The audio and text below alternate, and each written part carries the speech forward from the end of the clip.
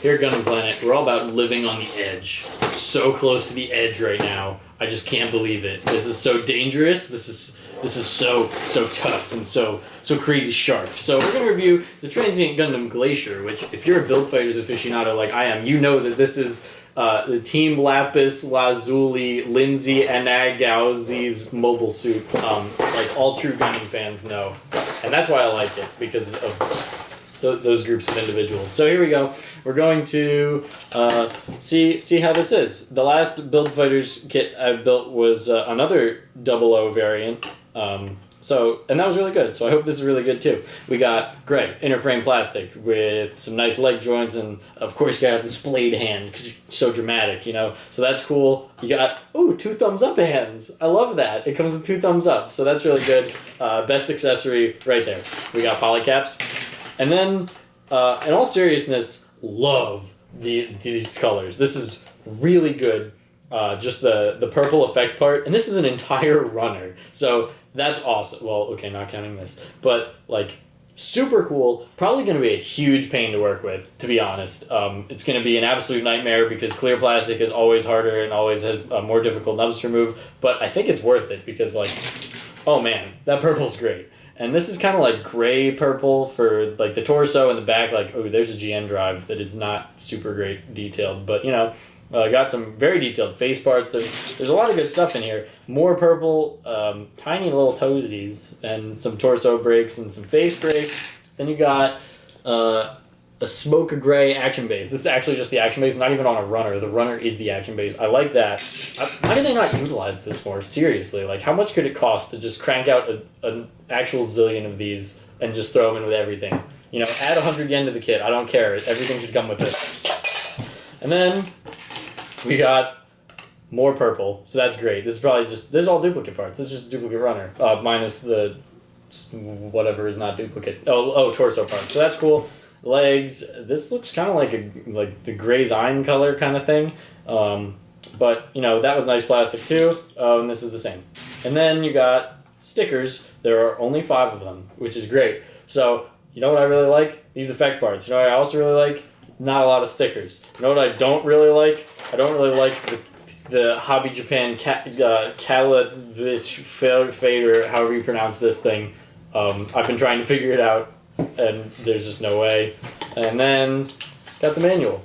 See, this is our hero Lindsay, and now Anagazi. She's really cool, and she has this cool mobile suit. So I hope it's really good. Like it looks like it should be. So hopefully I'm not disappointed. I'm back with possibly the edgiest thing in literally all of creation. This is like, I knew it going into it, but you know, after the fact, it's even more apparent, and it's like kind of unsettling just how impossibly edgy this is. I will say this was like the least enjoyable build of like anything I can remember because like, yeah, it looks great, but like working with effect parts, you might not notice it because it's usually in such small such small doses. They're incredibly annoying to work with. The plastic is hard. It gets discolored easily. You have to take like a ton of extra time cleaning off nubs. It's basically like working with plated plastic to make sure there are no discolorations. So like the fact that half of this kit was that, it was like really not fun. But I like the finished product, and so that counts for something. So we're going to go up close and talk about what you get when you're done. Alright, so here is the Transient Gundam Dark Matter up close with his 2 accessories. So we'll talk about those first. They are staffs. They do nothing. They just look kind of cool, and you hold them.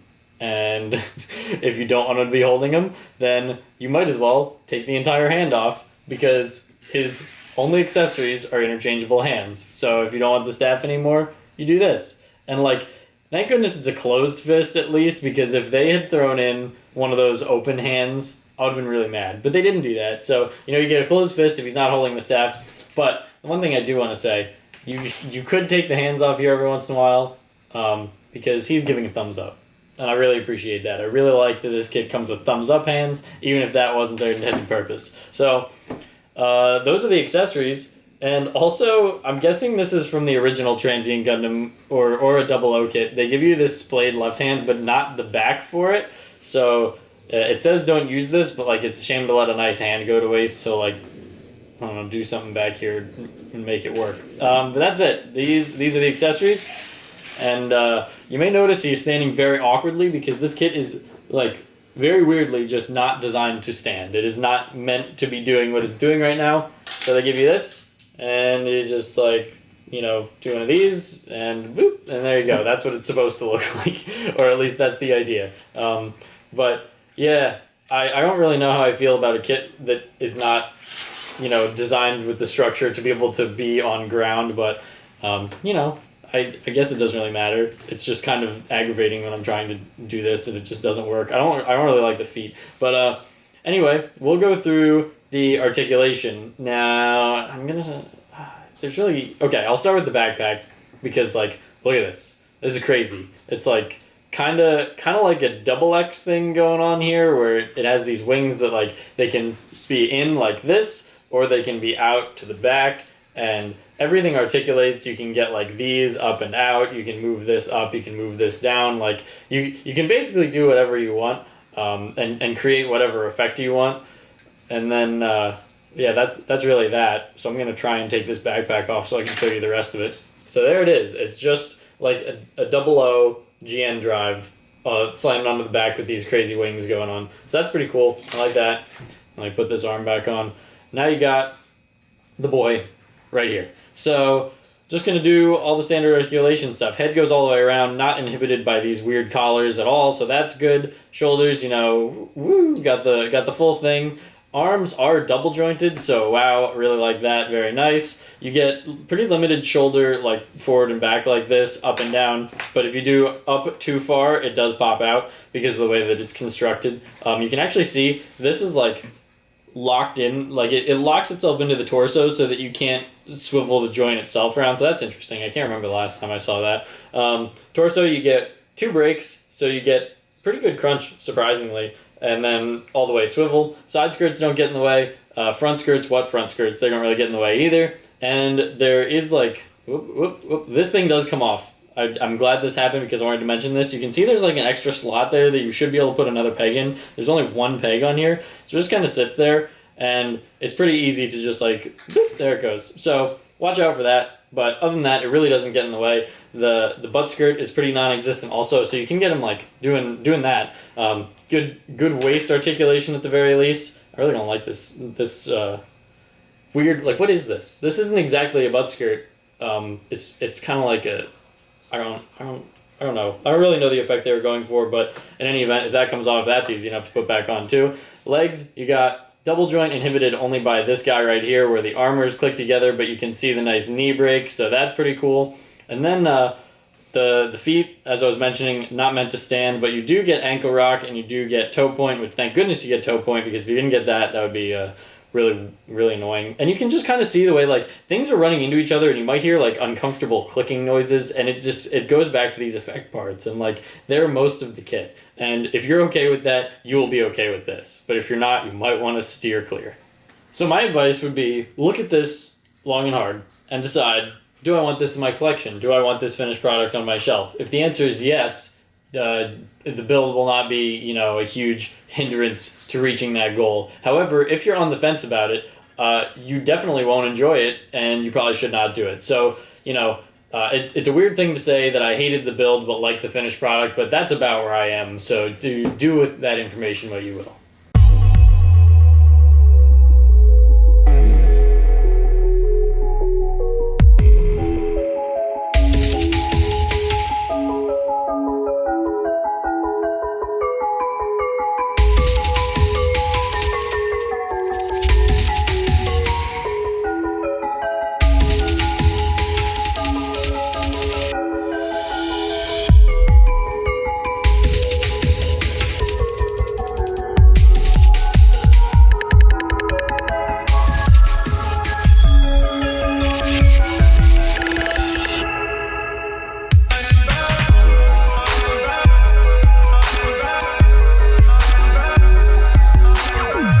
Thank you guys so much for watching. You should like the video if you like the video. You should comment if you built this and you feel differently. Let me know why. You should subscribe to the channel to get more videos.